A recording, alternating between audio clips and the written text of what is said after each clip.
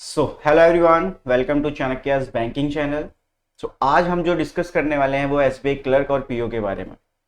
तो बच्चों देखो, एसबीआई क्लर्क और पीओ की जो नोटिफिकेशन है वो अभी तक आउट नहीं हुई है, बट बहुत जल्दी ही आउट होने वाली है।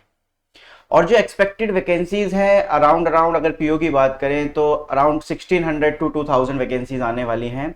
और एसबीआई क्लर्क की बात करें तो इस बार शायद पिछले साल से भी ज्यादा वैकेंसीज आएंगी। शायद, I am not sure, but ऐसा हो सकता है कि अराउंड 10,000 वैकेंसीज क्लर्क के लिए इस बार आए, क्योंकि कुछ ब्रांचेस ओपन करने की सोच रहा है एसबीआई। तो हो सकता है कि यहां पर वैकेंसीज ज्यादा आ जाए। तो आज डिस्कस करते हैं कि एसबीआई क्लर्क का या पीओ का सिलेबस क्या रहता है, रीजनिंग का। ठीक है, तो रीजनिंग के अगर बच्चों सिलेबस की यहां पर हम बात करें तो आपको पता है कि यहां पर सिंपल कोडिंग डिकोडिंग। सिंपल क्या है, सबसे पहले आपका कोडिंग डिकोडिंग है। ठीक है, अब अगर हम कोडिंग डिकोडिंग की बात करें तो इसके अंदर चाइनीज कोडिंग पूछी जाती है कोडिंग डिकोडिंग के अंदर। और जो चीजें आती हैं वो सिंपल थोड़ी सी आ जाती हैं कि न्यूमेरिकल वैल्यूज के बेस पे, मतलब अल्फाबेटिकल वैल्यूज के बेस पे, कि कुछ ऑड वन आउट टाइप। तो कोडिंग डिकोडिंग में आपको सिंपल यही रखना है कि चाइनीज कोडिंग आएगा। और अगर वेटेज की बात करें तो यहाँ पर बच्चों अगर चाइनीज कोडिंग आता है तो वो 5 नंबर का आता है। 4 से 5 नंबर का रहता है कि 4 से 5 नंबर का वो मिनिमम मिनिमम आपके सामने आएगा, और बहुत ईजी होता है। 5 नंबर आपको 1.5 से 2 मिनट में मिल सकते हैं वहां पर। ठीक है, कोडिंग डिकोडिंग की अगर बात करें तो ये रहता है। इनइक्वालिटी की बात करें तो इनइक्वालिटी भी आपने पढ़ा ही होगा कि ग्रेटर देन लेस देन वाले जो साइंस यूज करते हैं हम। तो अगर इनइक्वालिटी के क्वेश्चन आते हैं तो ये भी 3 से 5 क्वेश्चन आ जाते हैं आपके। वेरी करेगा शिफ्ट टू शिफ्ट, की हो सकता है कि इनइक्वालिटी ना आए, हो सकता है कि इनइक्वालिटी के 5 क्वेश्चन आ जाए, तो कुछ भी हो सकता है, शिफ्ट पे डिपेंड करता है। ठीक है, ऑर्डर एंड रैंकिंग की बात करें तो अगर इसके क्वेश्चन आ रहे हैं तो ये 4 क्वेश्चन आते हैं। मिनिमम मिनिमम 4 क्वेश्चन ये पूछे जाते हैं। और ऑर्डर एंड रैंकिंग जो है वो थोड़ा सा अरेंजमेंट काइंड ऑफ पूछा जाता है, तो ऑर्डर एंड रैंकिंग वहां से हम कर लेंगे।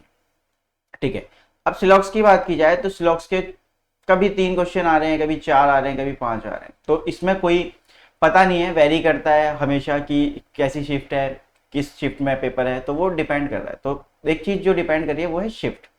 ठीक है, तो अब सिलॉक्स की बात हमने कर ली कि 3 4 5। अब इसमें एक मेजर है कि ओनली आ फ्यू के क्वेश्चंस बहुत पूछे जाते हैं बैंकिंग के अंदर। ओनली आ फ्यू के क्वेश्चंस बहुत पूछे जाते हैं, तो हमें ओनली आ फ्यू के क्वेश्चंस पे थोड़ा सा ध्यान देना है।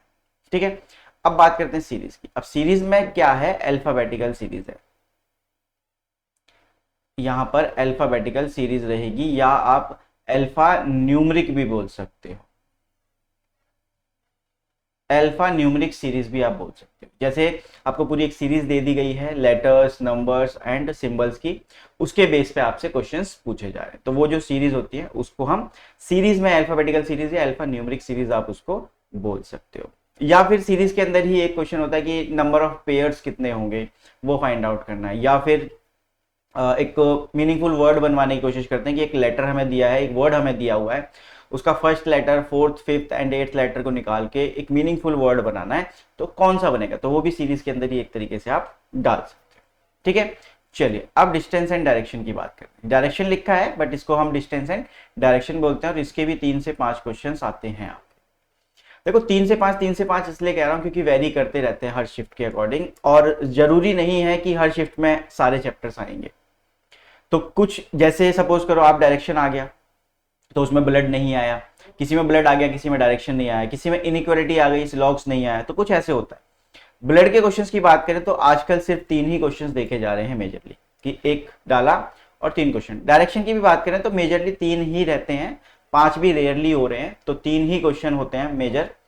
ब्लड रिलेशन के भी 3। ब्लड रिलेशन के जो क्वेश्चंस आते हैं आपके वो पजल काइंड ऑफ आते हैं, कि आपके पास एक पैराग्राफ लिखा हुआ है कि a family consist of 7 members और 8 members, 2 married couples, 3 generation and then उनका रिलेशन, तो वो हमें कनेक्ट करना है। एंड देन उसके बाद 3 क्वेश्चंस उसी के बेसिस पे होंगे, ऐसा नहीं है कि 3 क्वेश्चन अलग अलग होंगे, तीनों क्वेश्चंस एक ही क्वेश्चन के बेसिस पे आपको मिलने वाले हैं। तो वो आपको फैमिली ट्री के वाला जो क्वेश्चन आएगा, फैमिली ट्री बनाना है आपको बेसिकली वहां पर।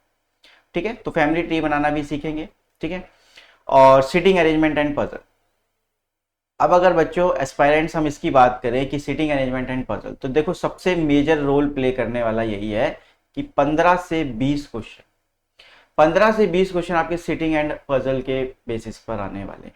तो अगर सिटिंग एंड पजल आपको करनी है तो आपको बहुत अच्छे तरीके से करनी है, क्योंकि आपके 15 से 20 मतलब आप समझो कि आपका करीब करीब 50% पेपर यहाँ से आ जाता है।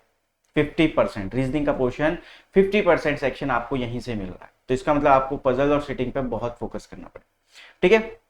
डाटा सफिशिएंसी, अभी आप लोग सोच रहे होंगे कि यार ये डाटा सफिशिएंसी क्या होता है, ये तो कुछ नया ही है। नहीं, देखो डाटा सफिशिएंसी सारे चैप्टर्स को मिला के है। इसके भी मैंने 2 से 3 क्वेश्चंस देखे हैं। इस साल का जो ट्रेंड चल रहा है, इस साल के ट्रेंड के हिसाब से मैं आपको बता रहा हूं कि 2 से 3 क्वेश्चंस पूछे जा रहे हैं। आप अगर आईबीपीएस पीओ की बात करो, वहां पे भी पूछा गया। आरआरबी पीओ की बात करो, वहां पे भी हल्का सा देखा गया कि डाटा सफिशिएंसी क्वेश्चंस आ रहे हैं। तो इसको डाटा सफिशिएंसी को भी हम यहाँ पर कवर करेंगे। अब डाटा सफिशिएंसी एक्चुअली में होता क्या है बच्चों, कि सारे चैप्टर्स का निचोड़ है एक तरीके से, कि सारे कुछ चैप्टर्स आपने पढ़ लिए और उसमें क्वेश्चन पूछ लिया डाटा सफिशिएंसी में कि ऐसा कहाँ पर है। तो 2 स्टेटमेंट दे दी, पूछेगा कि पहली स्टेटमेंट से आंसर आ सकता है या दूसरी से आ सकता है। तो कुछ इस तरीके से आपका रहता है। ठीक है। तो ये है बच्चों आपका सिलेबस। अगर आप सिलेबस की आपने बात कर ही ली है, तो एक बार ये भी देख लेते हैं कि कितने कितने रीजनिंग का पैटर्न क्या है रीजनिंग का। ठीक है। अब रीजनिंग के एग्जाम पैटर्न की बात कर लेते हैं। रीजनिंग का जो एग्जाम पैटर्न है, मैं एक फुल वीडियो बना दूंगा कि पूरे एग्जाम का पैटर्न क्या रहता है, पीओ का क्या रहता है, क्लर्क का क्या रहता है। बट अभी मैं रीजनिंग का आपको सिंपल बता देता हूँ कि रीजनिंग में प्री में आपको पता है, क्लर्क हो या पीओ हो, 20 मिनट 20 मिनट है, 35 क्वेश्चन है और 35 ही मार्क्स हैं। राइट। तो सेम चल रहा है प्री के लिए। ठीक है। तो प्री आपका सेम है। बट अगर हम मेंस की बात करें, मेंस पीओ की बात करें अगर, तो वहां पर आपके क्या 40 क्वेश्चन आ रहे हैं और 50 नंबर के आ रहे हैं। ये क्वेश्चंस हैं और ये मार्क्स हैं। अगर क्लर्क की बात करें तो क्वेश्चंस जो हैं वो 50 हैं और जो मार्क्स हैं वो 60 है। तो आप देख सकते हो। और यहां पर मैं आपको बता दूं एसबीआई क्लर्क के अंदर कि सबसे ज्यादा वेटेज रीजनिंग के अंदर ही है। ठीक है। तो इसमें भी 50 में से आपको 25 से 30 क्वेश्चन जो है वो सिटिंग और पजल में मिल जाएंगे। और यहाँ पर भी आपको अराउंड 50%, 50 to 60% आपको पजल में ही मिल जाएंगे मार्क्स। तो बच्चों आप समझ रहे हो कि सिटिंग एंड पजल करना बहुत इंपॉर्टेंट है यहाँ पर। ठीक है।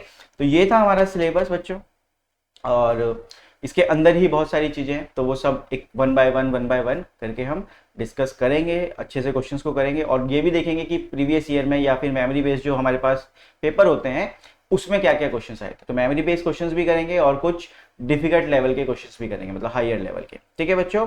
तो अगली क्लास में मिलते हैं, तब तक अपना ध्यान रखें और कंसिस्टेंटली प्रिपेयर करते रहें। Thank you.